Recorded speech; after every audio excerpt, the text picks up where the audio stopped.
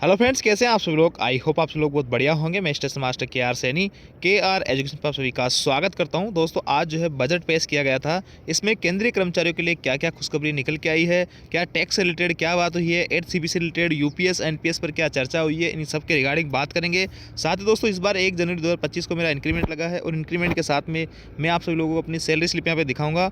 और जब मैं पहली बार यहाँ पे ट्रेनिंग में गया था, पहली जो सैलरी थी वो 31,244 थी और आज जो है 1 लाख के करीब यहाँ पे सैलरी आ रही है। तो 7 साल के अंदर ही इतना जो है अच्छी खासी सैलरी में बढ़ोतरी हुई। तो गवर्नमेंट कर्मचारी की जो सैलरी है किस हिसाब से बढ़ती है, साल में कितने बार बढ़ती है, कौन कौन से भत्ते इनको मिलते हैं, इन सब के रिगार्डिंग बात करने वाले हैं। और आप सभी को मैं अपनी पे स्लिप भी यहाँ पे दिखाने वाला हूँ। तो वीडियो काफ़ी इन्फॉर्मेटिव वाला, वीडियो को लास्ट से जरूर देखिएगा।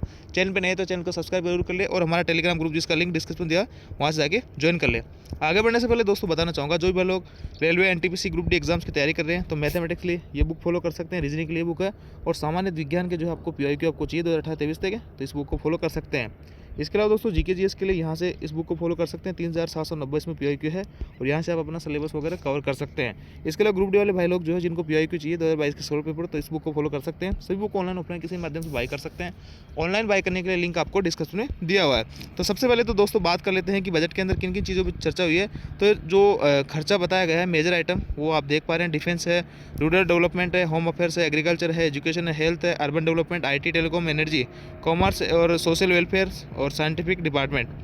तो इन सब में जो है ये अमाउंट जो है करोड़ों रुपए में है। अपने काम की जो चीज़ है केंद्रीय कर्मचारियों की सबसे बड़ी चीज़ है कि आपका यहाँ पे 12 लाख तक जो है टैक्स में जो है स्लैब में चेंज किया गया है और 12 लाख तक जो है इनकम टैक्स फ्री यहाँ पे कर दिया गया है। तो जो भाई लोग अभी 12 लाख तक कमाएंगे सालाना, उनका कोई टैक्स नहीं लगेगा। और गवर्नमेंट कर्मचारियों को 75,000 तक का जो स्टैंडर्ड डिडक्शन भी दिया गया है, यानी 12,75,000 रुपये तक अगर आप कमाते हो सालाना कोई गवर्नमेंट कर्मचारी तो उसके ऊपर टैक्स नहीं लगेगा। ये बहुत ही अच्छी खबर है दोस्तों, बहुत बढ़िया खबर है एक तरीके से।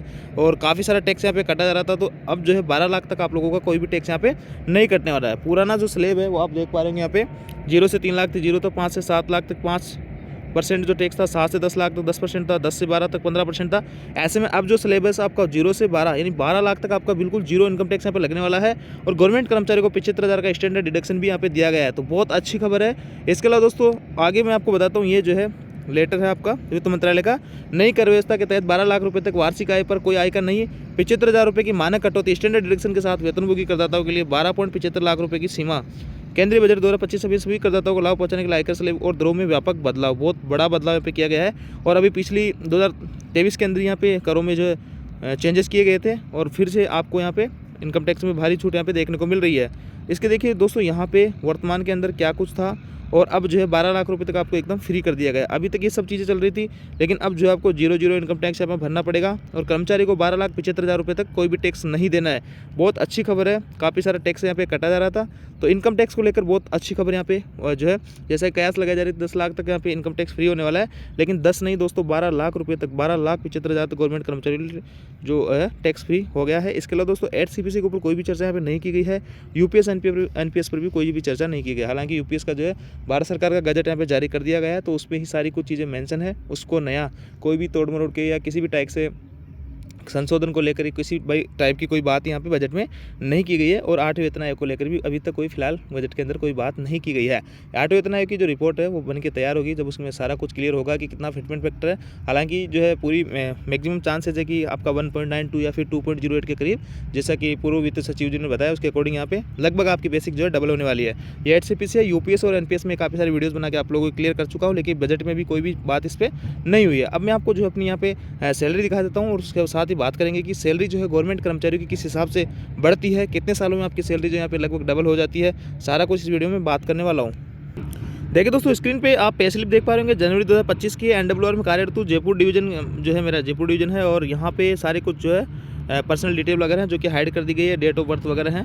मोटी चीज़ यहाँ पे दिखाता हूँ आपको। मेरा जो इंक्रीमेंट है 1 जनवरी को लगता है, किसी भाई का 1 जुलाई को लगता है, डिपेंड करता है आपके डेट ऑफ ज्वाइनिंग के ऊपर। किसी का 1 जुलाई को लगता है इंक्रीमेंट, मेरा 1 जनवरी को लगता है। तो अभी जो है ये महीने में मेरा फिर से इंक्रीमेंट लग के यहाँ पे सैलरी का भुगतान किया गया और इंक्रीमेंट जो है साल में 1 बार लगता है। इधर बैंकिंग डिटेल है और देखिए यहाँ पे मेरा जो पहले बेसिक हुआ करता था, अभी बेसिक पेमेंट मेरा 43,600 है और पिछले महीने की दिसंबर 2024 की जो पे स्लिप थी उसमें 42,300 पे स्लिप था। यानी यहाँ पे 3% सैलरी मेरी बढ़ा दी गई है, बेसिक बढ़ा दी गई है। और बेसिक ही नहीं दोस्तों, बेसिक बढ़ने के साथ साथ में कई सारी चीज़ें बढ़ती है, क्योंकि आपका जो HRA होता है, पहले मेरा 42,300 पे लग रहा था, DNS अलाउंस 53%, अब जो मेरे इस अमाउंट पे लगेगा, तो मेरा DA भी यहाँ पे बढ़ जाएगा। इसके अलावा हाउस रेंट अलाउंस है वो भी बढ़ जाएगा, और मेरी जो ओवरटाइम वगैरह की रेट है, नाइट ड्यूटी की रेट है, ये सब चीज़ों में मेरी बढ़ोतरी हो जाती है। यानी बेसिक बढ़ने में आपकी जो है कई सारी चीज़ें यहाँ पे बढ़ोतरी रहती है। मतलब 3% तो मेरा यहाँ से बढ़ा, इसके अलावा जो 3% बढ़ा हुआ अमाउंट है उसके ऊपर 53% DA भी बढ़ा, उसके ऊपर जो है HRA भी 10% बढ़ा। तो ये सब चीज़ें मिला के काफ़ी अच्छा खासा 2 से 2,500 रुपये पर मंथ की सैलरी यहाँ पे बढ़ जाएगी। इसके अलावा दोस्तों साल में 2 बार जो है आपके DA में भी बढ़ोतरी की जाती है। DA में जो बढ़ोतरी की जाती है, एक तो 1 जनवरी से लगता है और एक जो है 1 जुलाई से लगता है। ये डिपेंड करता है महंगाई के आंकड़ों के आधार पर, कभी 3% भी बढ़ता है, कभी 4%, कभी 2 भी बढ़ता है, कभी 1% भी बढ़ता है। तो ऐसे में जो है आपकी सैलरी, अगर मैं ओवरऑल बात करूँ तो साल में 3 बार आपकी सैलरी बढ़ती है।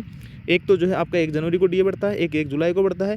इसके अलावा एक इंक्रीमेंट आप जुलाई में मान लो 1 जुलाई को, या फिर 1 जनवरी को मान लो। यानी साल में 3 बार आप जो गवर्नमेंट कर्मचारी की सैलरी बढ़ती है। और ऐसे में अगर मैं मोटा बात करूँ तो आपकी जो, मान लो कि आज आपकी सैलरी 100 रुपये है, तो अगले साल जो सैलरी है आपकी 110 हो जाएगी। मतलब ओवरऑल 10% आपकी जो है सैलरी बढ़ जाती है। जैसे 3% में HRA की आपका इंक्रीमेंट की बात करूँ, और 3 मिला के आपका जो है 6% के करीब आपका DA बढ़ जाता है। और इंक्रीमेंट आपका जो इंक्रीमेंट लगने से और भी कई सारे भत्ते बढ़ते हैं। तो ओवरऑल मैं बात कर सकता हूँ कि 10% जो सैलरी है गवर्नमेंट कर्मचारी की हर बार बढ़ती है, हर साल 10% से बढ़ती जाती है। और वेतन आयोग कोई भी लगता है तो उसमें अचानक से इसमें अच्छा बूम आता है सैलरी में, 15, 20, 25% तक यहाँ पे हाइक यहाँ पे दिखा दिया जाता है। और बेसिक अच्छा खासा होता है, जिससे सारे के सारे भत्ते यहाँ पे बढ़ जाते हैं। तो इस हिसाब से सैलरी आपकी बढ़ती जाती है। आपको समझ में आएगा किस हिसाब से सैलरी आपकी बढ़ती है।